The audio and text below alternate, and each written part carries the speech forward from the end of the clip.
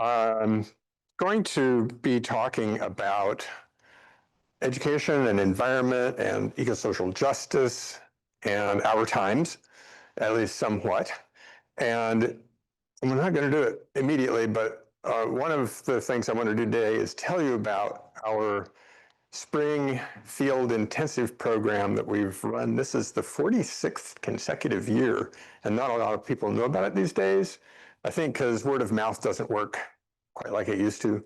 And last year was the first year we have a social media presence for our program. So I'm going to tell you about that as we go along, but I'm going to challenge you to think about education as a field of study, as an activity, and how it relates to what you may be interested in. So I'm going to take a second and it's going to be participatory. I'd like to hear from 2 or 3 folks. Maybe take a minute, talk to a neighbor. What did you learn in school? I mean, you're still in school, but earlier.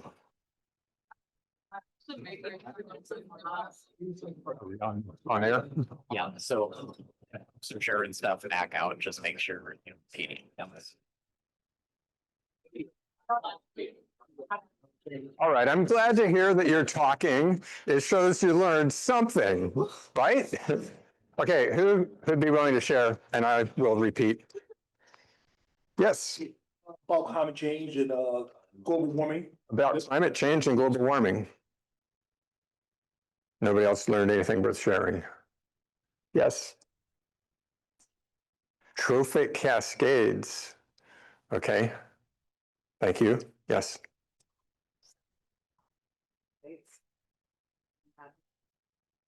A whole section in high school on tectonic plates and really retained that. And you can interpret the world around you with it, all those big catastrophic events. Yes. Learned how to analyze scientific text and sort of put it into simpler terms. How to analyze and put scientific text into simpler terms. Nice. Okay. Is that all you learned? No, I did lead you a little bit by putting environmental education up there. I think you learned other things too. You learned what's worth achieving. You learned what's worth attending to. This is a big difference between kindergarten and first grade. In kindergarten, you're just kind of getting used to being in the school and having a teacher. And in first grade, you remember, parents pay a lot more attention because you're expected to attend to what the teacher's teaching. And you're expected to sit, at least part of the time, maybe in a group, but in a share. That's a behavioral norm. You see other kids doing it, so you do it. Behavioral norms are communicated by observation. What's worth achieving? Teacher's approval. That's really kindergarten, first grade about that.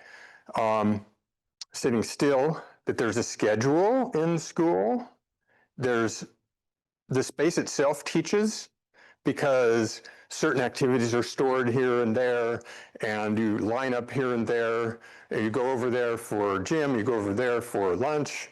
The upper kids are on the upper floor, et cetera, right? Space is organized in a way that's intended to facilitate learning. And there's also roles.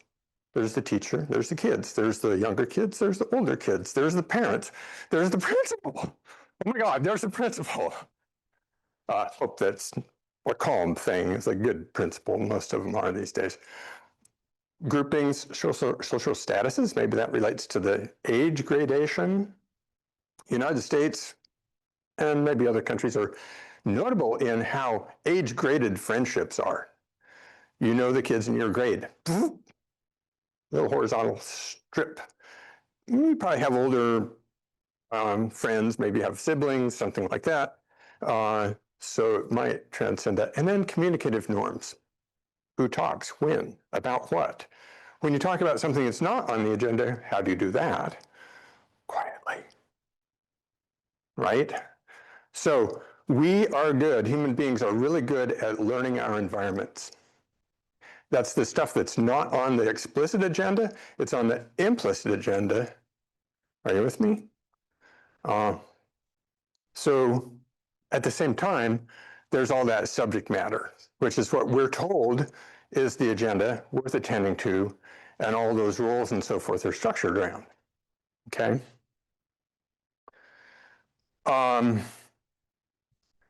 This is just a representative picture of consumerism.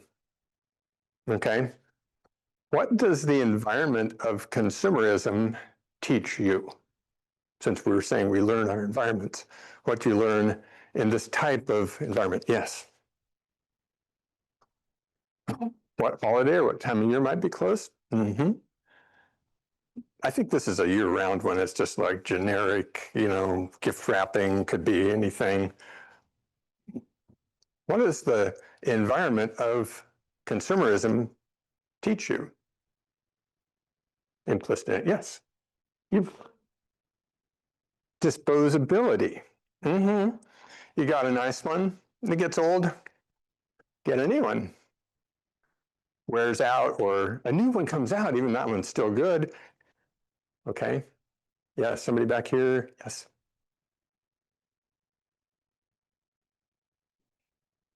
There's an association there. Emotional regulation through consuming, and there's kind of a regulation. What did you say, the last part? There's a connection, right? That shopper's high, or that soothing thing that happens from going out and getting something that will meet my needs for now. Yeah, you guys are getting to a deeper level of it, right? The environment is really teaching you something. Choice, right? We have the expectation that we're going to have a huge endless variety to choose from. Oh, choice is good. Makes me feel autonomous. Makes me feel like I've got agency because I can choose how wide and what granularity of the gold flakes are on my wrapping. I really like this one. No, I think I like this one. Yeah, I'll go with that one. Satisfied, right? Okay, so we talked about schooling, we talked about capitalistic consumerism, which is different than socialistic consumerism, where they've got one kind or maybe two kinds of ribbon, and there's got an oversupply of a couple of them, and good luck, just get some ribbon, or maybe tie it with an extra shoelace. Now, I don't mean to slam, I'm talking about Soviet planned economy, circa 1940, 1950. It's not even really consumerism. Okay. What could education for other types of things look like? And how do we need to think about it? So if we wanted to facilitate education or learning for eco-social justice, what should we environmental faculty at Western do? I've shown you a way to think about this, that we learn our environments, so our environments teach us. If those are our values and that's what we're aiming for, education and eco-social justice, how would we do it? Yes. Through more research in the field as far as activities and community events. More research in the field through activities, community events. Mm-hmm. Yes. A lot of like eco-social justice into almost like school culture, but maybe even like academic culture. I don't think that needs to necessarily be like more computers, more this or that, but like having like really having the value of like a cultural eco-social justice be present in like classrooms. Okay. Let's see if I can repeat most of that. There's a way you could really put it into classes and whole schools. Come again, the last part. Value of like having like a culture that's sort of emphasizes ego. So Have a culture that emphasizes it, because we learn our cultures, right? Our cultures are that lower implicit level of a lot of our behavior, and it's explicit, culture wars and all that, explicit, but there's a deeper level. Okay, very good. So there's a hint there that, and then how would we do it? We had a suggestion that we'd get you out of the classroom. And I'm curious why that would be. Anybody have an idea of why it would help to not just be in a classroom to do this? Yeah? Engage in community. Like, in like a meaningful in-person setting. Engage in doing things that are covered in class in a meaningful in-person way, because there's a difference between conceptual knowledge and practical knowledge. Practical knowledge is what you can actually do, and it's never perfect. So part of it is the attitude that goes with the imperfection and the always a work in progress aspect of learning. You wouldn't be cooped up in the classroom all the time. Hopefully, through our college and other places, you get some exposure beyond. So if I'm in a program where, among other things, we serve a lot of the students at the college, but we're trying to produce educators.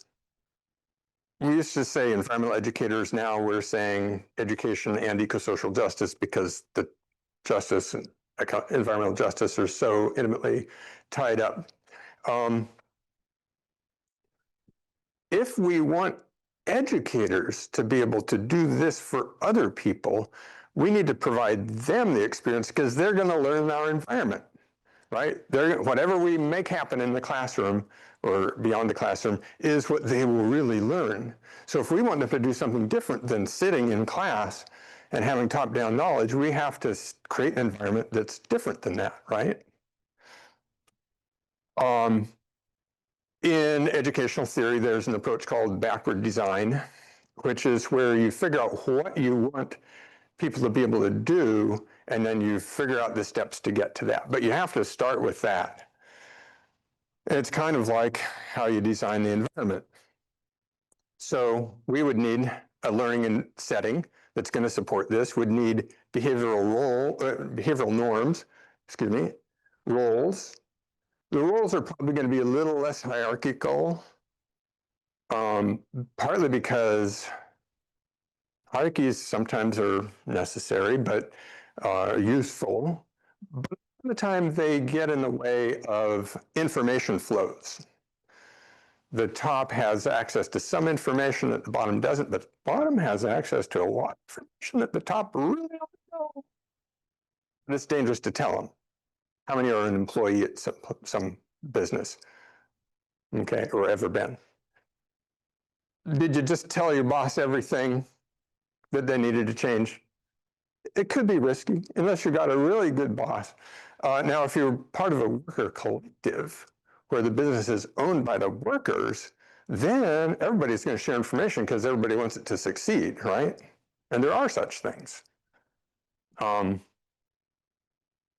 But the Soviet socialist economy was not an example of that either.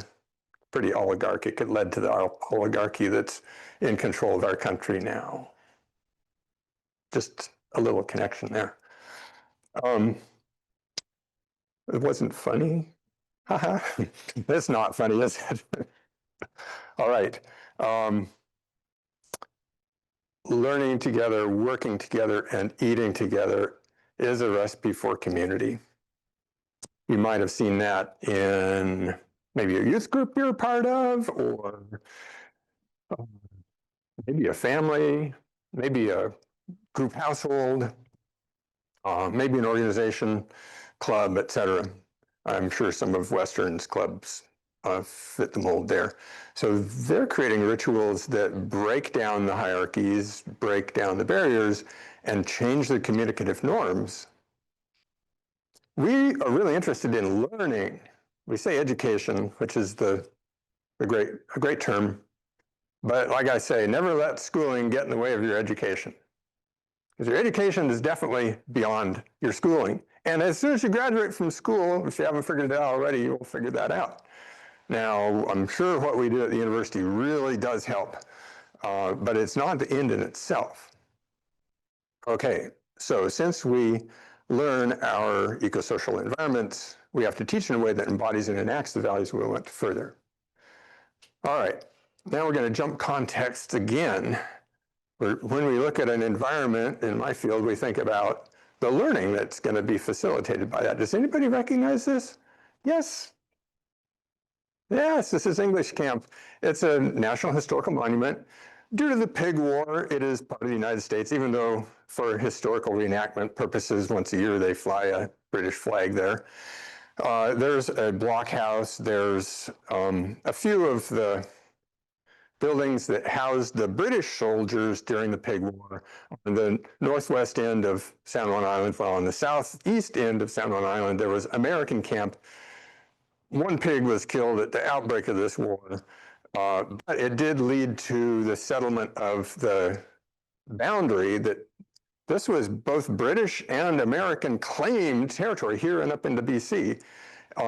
Until this event, and then it was resolved through an arbitration by a German Kaiser, and they drew the 49th parallel, and then they went down through the Haro Strait between Vancouver Island and the San Juans.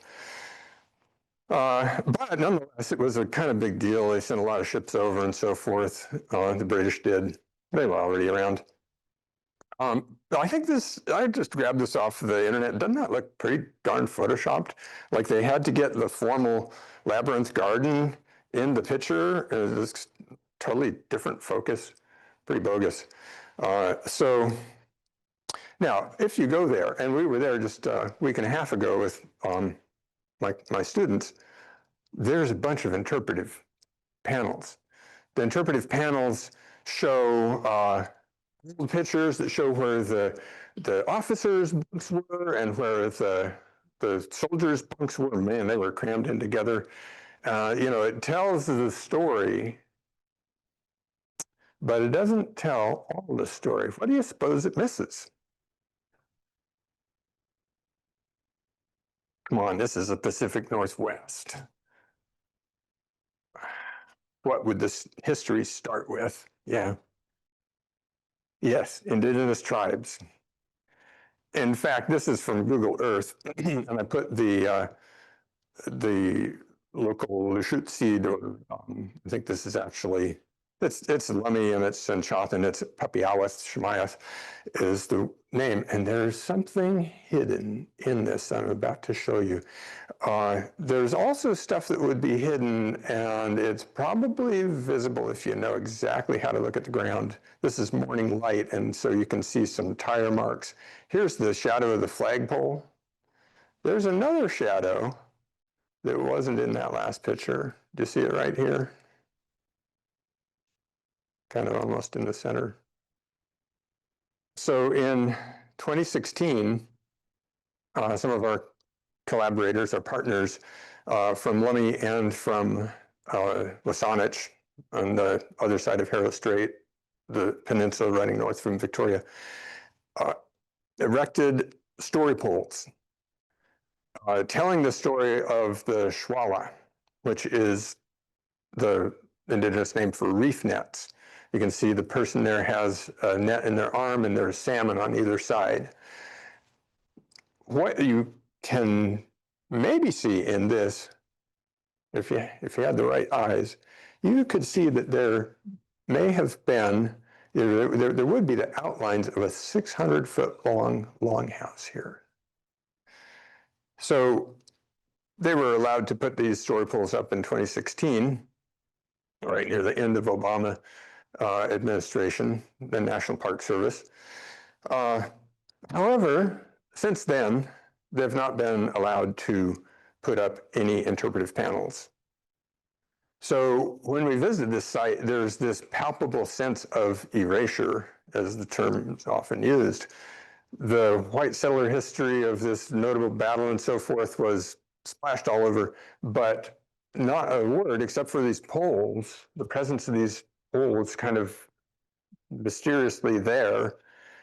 So far, they're still negotiating as to being able to put up some interpretive panels.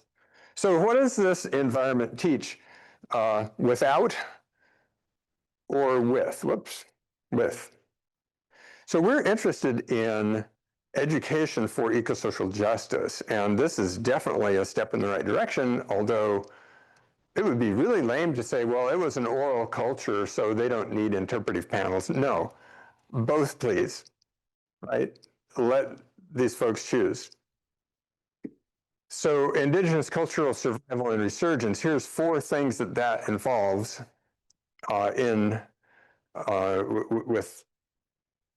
Lushootseed language, Shalangan, which is the term for the Lummi cultural side of things, or lifeways.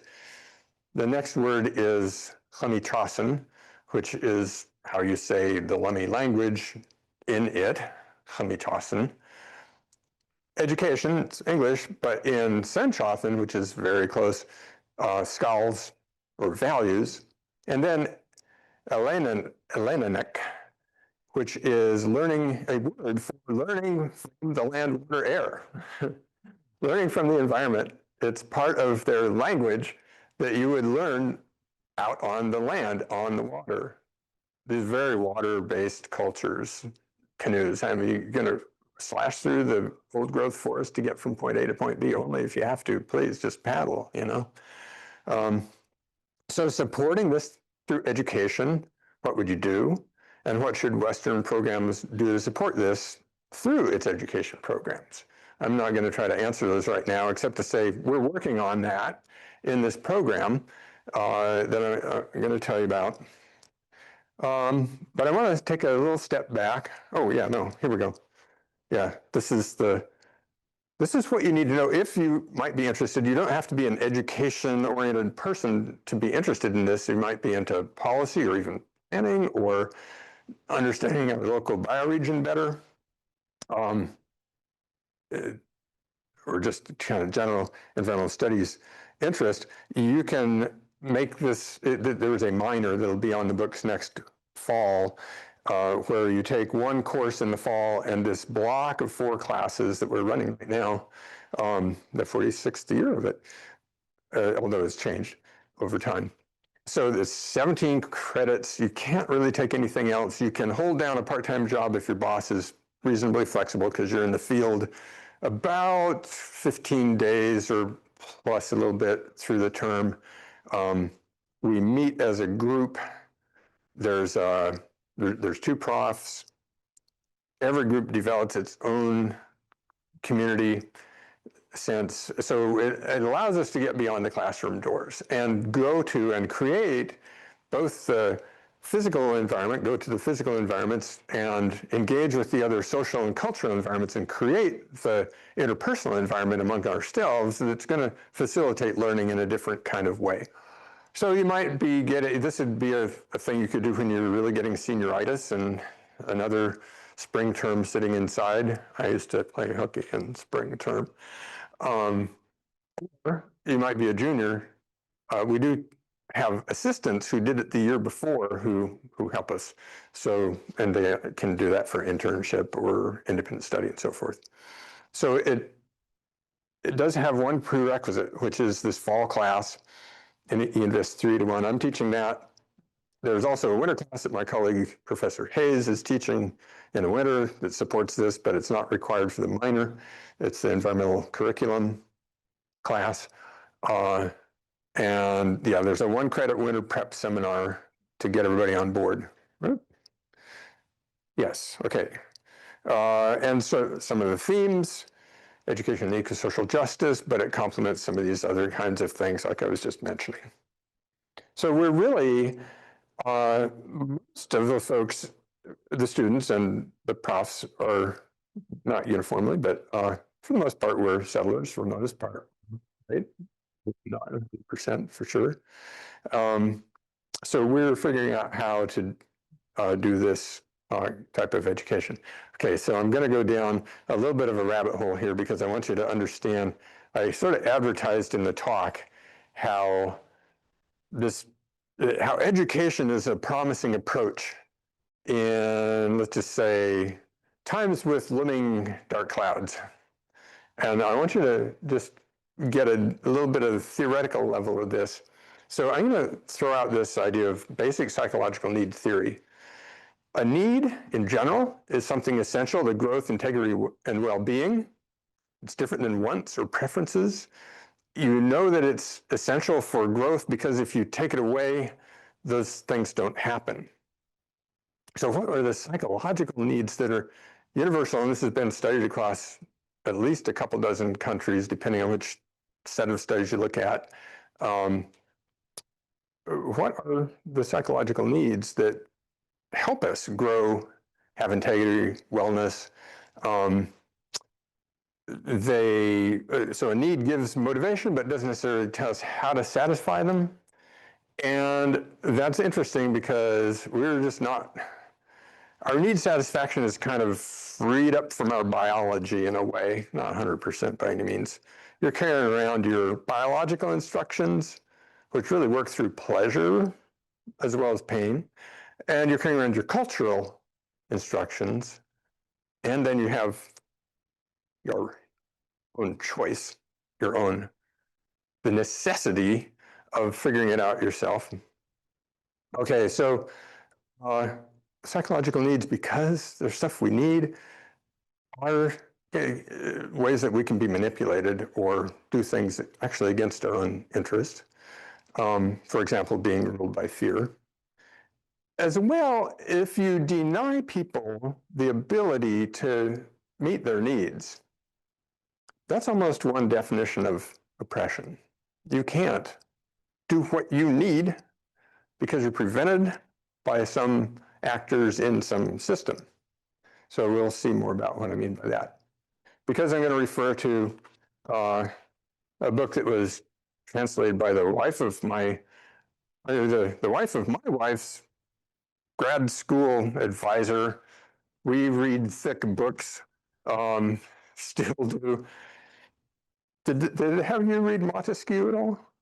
Okay. Yeah, a little bit remote, but I remembered Montesquieu back when our current president came to power, and his book, The Spirit of the Laws, which is centered on this breakdown of types of government. So he said there's republics, monarchies, and despotisms. People have been saying there should be a No Kings Act. King would be okay. Look, a republic or a democracy is where the people as a body have the sovereign power. And education should be about virtue and about investment in that body politic, because that's what gives you the ability to control the circumstances of your life. You get to help set the rules of the game. You should care about that. So education would be all about that. So that gives me ideas about how we'd arrange education for democracy. People would understand, see, experience, value that say they have. Education in monarchy is about honor, which sounds good, but you care about your honor in a little bit different kind of way because it's what makes you a little bit superior. And you can see that's like a monarch, a little bit superior, right? However, monarchy does have rules and laws. There is a system there, whereas a despotism, and here's a little quote, I won't read it out of the book because I wrote it down here. A despotism is ruled by one without rule, who draws everything along by his will and his caprices. So these are three systems of government. Education, the object of education is fear. Object of socialization, same thing. Object of propaganda, same thing. Object of whipping up a mob, same thing, right? Now, one thing I like about education is that when you're doing it, it is to the benefit of the individuals experiencing it.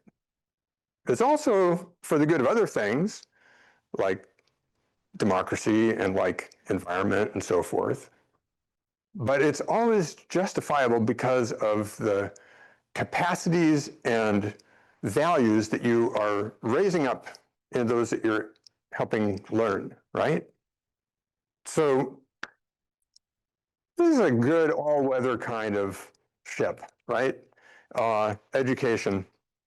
So the famous thing is you close the classroom door and you get to do what you want.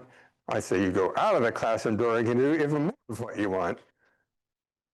Yes, so what would conducting education for democracy look like?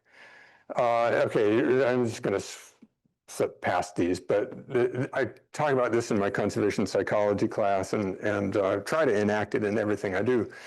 But these basic needs I referred to that are supported as universal, different ways that they're met, but universal. Safety and security, that's where fear comes in. If you deny people that one, then you have them. Autonomy and authenticity, that you feel your behavior originates from yourself, from your preferences, your choices, your needs. If somebody prevents you from doing that, there's some degree of either benevolent authority, because it's somebody who legitimately knows better and understands that your interests are not really served that way. That's why we don't let babies, toddle off the edge of cliffs and stuff, even though it might look interesting over there. Or it's oppressive. Competence, feeling able to bring about desired outcomes, efficacy and self-esteem. If you rob people of their sense of competence, that they can't do anything, that's a basic psychological need that you are undermining. That can be done in a number of ways. Belonging, or feeling of acceptance and affirmation within a social group, supported, not excluded or ostracized or derogated, such that you feel like you don't have any value or standing in that group. So these are, you can create education that supports these. It's not that hard. You can also create systems that undermine them. All right, and I think I'll skip these slides. A whole bunch of stuff that centers around this intrinsic motivation. People need choice in what they choose to do. And there's ways that we can learn the values of others that we haven't figured out yet and become invested in that and gain.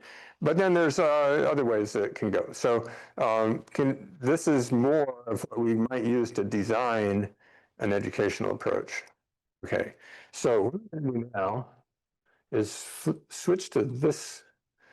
And this is just a slideshow of our spring program, starting at the end and kind of working backwards. It'll show pictures of the graduation, and then there's a 72-hour stationary solo in kind of front country, back country by a river, or actually this is a different spot. And then it's going to work back to what we do to prepare taking our students out in the field with Indigenous kids from Whatcom Intergenerational High School and our partners through White Swan Environmental, who are Lummi, and their friends, who are, some are Lummi, some are Duwamish, some are Sinchothan, and so forth. So this, I'm just going to let it roll and you can get a sample of this program, but I'm going to turn it over now to questions from the audience. And really, okay. 5 minutes before questions, or 5 minutes? Oh, okay. No, actually, it is what I wanted to do, because I think it's better to go back and forth, and maybe, so we have an urban component of it. There's a bunch of pictures here from our urban trips to Vancouver and Seattle, looking at the urban environment as a place where eco-social justice happens, and visiting. This is in BC. We did a lot with Indigenous groups up there, and then there's a bunch in Seattle with the Yesler, YES Garden, and Ray Williams there, who organizes folks in the Black communities of Seattle to do, it's called the Black Farmers Collective. And we're going to be staying actually on one of the farms later in May. Okay, questions, hop in, and I'll just interrupt myself. Yeah. We'll do right now to try and get into this, or is there anything you want to? Yeah, great question. Yeah, oh yes. what can one do to get into this program right now? Nothing particularly right now, except in a couple of weeks when registration starts, register for that ENVS 381 class because it's the prerequisite. And I would be happy to have you in there if you're worried. You're supposed to have 303, so you can take that concurrently. But talk to me if you're having difficulty getting in and you want to do that spring program. So that would be the first thing. In the fall, we'll have an information session and an application. You're required to apply. And then we go through those by mid-November or so and let you know so that for winter, you're set up to be in that seminar, that 1-credit seminar, which meets in every other week in the evening, so it doesn't conflict with classes much. And that gets everybody together, and then we're running in the spring. Yeah, thank you for that. Yes. And how do you determine priority? This is required in the emphasis associated with it, so that would be the top priority. Then just a match between what people want to do, or just able to show us how this would relate to their major. We also consider the year in school. It's not seniors only though, because like I said, we always have a few juniors and some of them do it the next year, which is great. So it's a balancing act. But if necessary, we'll talk to you and try to figure it out. We don't just go on what's on paper if we're not sure. And you do need that class. Yeah.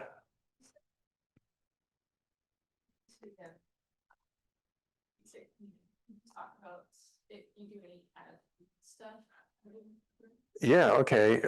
The question was, I talked about eating together helps create community. Do we do any food related stuff? Yeah, and we do, embedded within this support of cultural resurgence that we're engaged in with the Lummi folks. So when we're out on the island right now, you're seeing individual presentations, but we'll get into, so we go to Wishteamung, which is John's Island. Anyone ever go to Camp Nor'Wester? It's where Camp Nor'Wester is. They let us use it for free. And they've had a long history of trying to support Indigenous people, and they keep moving. So we do a salmon bake with salmon caught by Lummi fishermen and baked on the beach by Troy and Chiokton. It's definitely the best salmon, partly because it's like amazing Chinook. So there's that. And last year we started a camas bake. I actually had a big patch of camas in my backyard from bulbs when they destroyed the camas beds that were behind Arnson years ago. And I was like, yeah, let's dig this out and I'll harvest it. And there's pictures later on here of that. And so Sadie Olson, one of the members of White Swan Environmental, led a traditional camas bake. And the amazing thing was, on that island, there are, that's my colleague Nick Stanger, also been part of this program. There are camas baking pits.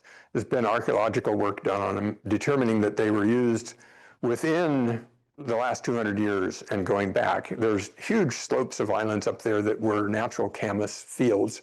So they would harvest them off of those areas and bring them back to this part of John's Island and bake them. So Sadie led a camas bake. We gathered skunk cabbage leaves before we went out there, and this whole process. We wrote up a little letter about it afterwards. So that was so profound to have Sadie, because actually she has a relative that was born out there, lead this reuse of a camas, an earth oven for camas that hadn't been used probably for at least 100 years, maybe 150 years. We don't really know. So that and the salmon. We also, White Swan Environmental works with an Indigenous chef, Jason Vickers, who's based in Seattle. So he cooks food. We use the full-size camp kitchen there. It serves 200 people during the summer to cook food. So the food is very integrated with culture. Everything we do out there, although it's not a part so much, is language-based also. The name of the program is Learning from the Homeland's Language Camp. We've worked also with the Wasatch School Board kids. With the first few years we did this, they actually have a language immersion program where the oldest kids are now in 12th grade. When they were in kindergarten, they started this language immersion program, and every subject is taught in Sanchothan, except for English, which of course everybody knows already, but they have to do, all the grammar and so forth. Okay, here we're into the camas bake. So that was digging it out of the earth oven and then washing it. And there's Sophia Jackson with a whole tray of it. And then that's the salmon bake happening at the same time. Took 36 hours to bake the bulbs. So the spring blockies stayed up round the clock. The high schoolers did too. We had shifts, and because you have to keep heating rocks and putting them on over where the camas are. I was really honored to have that done with my camas, and so yeah. And there's Chokton and Troy's getting the salmon off. And there's Jason with some of the blockies. Okay, enough about food. I mean, we eat also. When the blockies go out there, we were out there week before. Wait, was it last week? Yeah, it was last week. We're out there for 4 days, just learning the place and teaching each other.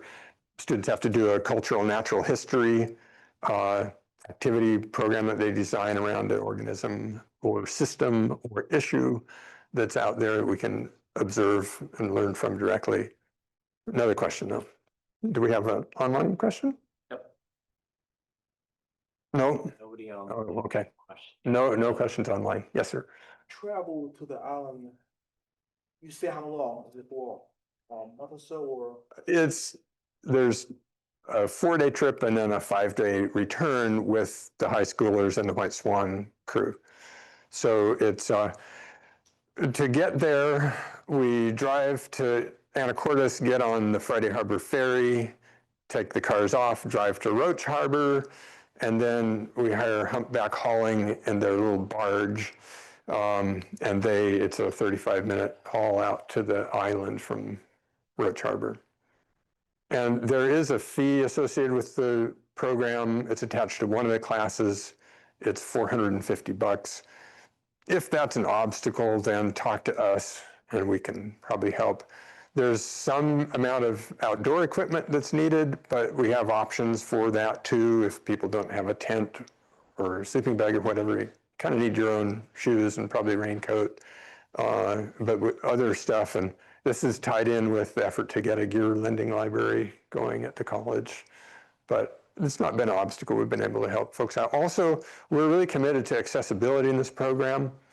We've had students with seizure disorder, with multiple medical disorders, with physical limitations, and we embrace that. It's that's one of the real, ableist environmental programs. And for years, we used to backpack into the backcountry for 12 days at the end of the program.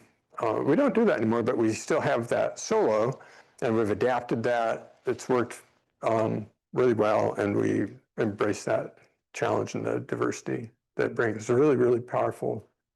Yes. It's like for students who can't walk, but also just environmental studies majors with the emphasis. What are the outcomes for, thank you, what are the outcomes for people that go through this program, either in the emphasis or in the environmental studies generally? First off, just wrapping their heads around education in an intentional kind of way. And almost no matter what field you're in, you're doing education. We've had environmental science students in there who've gained a lot because of the their greater awareness of communication. Communication is so much more than the words we say and the hand gestures. It's about how we set up the whole situation and the social relations, all those things I was talking about. So that's one big thing. This current iteration of the program, we've been working with White Swan since 2016 or so, I think has a pretty profound effect on students having witnessed these acts of indigenous sovereignty. And the camp says, you know, they're actually down for having a medicine garden and camas restoration happening out there. It's going to take a little bit, but being able to be in a space where every morning we have protocol, every afternoon we have protocol, which means you get in a big circle. There's speaking and drumming and singing. There's also that longhouse there that is Kwakiwak styled. But we dance in there. So participating in that, and the wonderful thing I think about Shirley Williams and Troy Olson, the leaders of White Swan, is their open-heartedness and their desire for what they call knowledge democracy or weaving knowledges.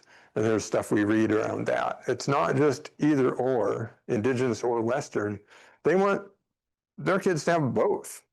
And so our students can bring their knowledge about environmental systems and ecosocial systems and all that and share it.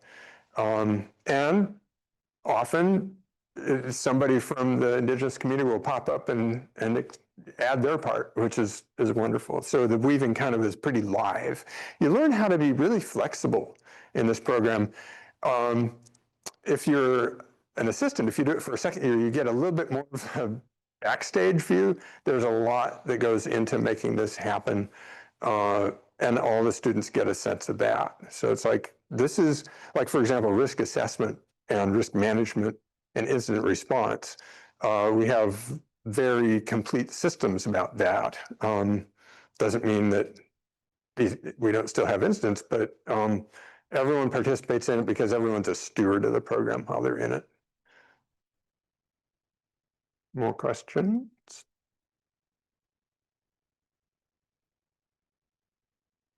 I know how questions work. Sorry, I love this program so much, so, I bet see you in it soon. Okay, go ahead. what like career paths do you recommend students, like, not necessarily like, I did this is what I'm gonna go do, but like, this is what I'm inspired to do, like, whether or not spring walk is a fit? What kind of things are, Minute response gene. okay, what sort of thing would you be inspired to do? We have had students go and work with tribes, either in formal positions or volunteer. In general, students coming around our program are pretty well equipped for the nonprofit and agency type of sector jobs and community organizations. In the last few years, especially with Professor Hayes, we've got a much stronger kind of Black feminist point of view and movements and collective action and so forth. And what we're doing is trying to enact that.